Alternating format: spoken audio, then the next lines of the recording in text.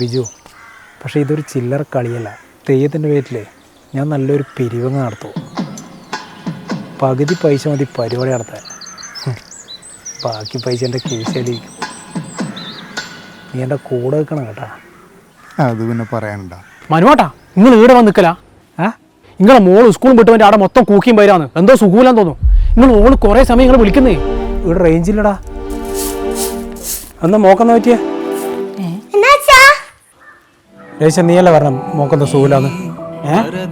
ഞാനപ്പോ പറഞ്ഞേ, നീയല്ലേ ഇപ്പം വന്ന് പറഞ്ഞേ? എന്റെ മനുവാട്ടാ, ഞാൻ പനിയായിട്ട് ഒരാഴ്ച വീട്ടിൽ നടക്കാതെ എനിക്ക് നല്ല ഭ്രാന്ത് തന്നെയാ.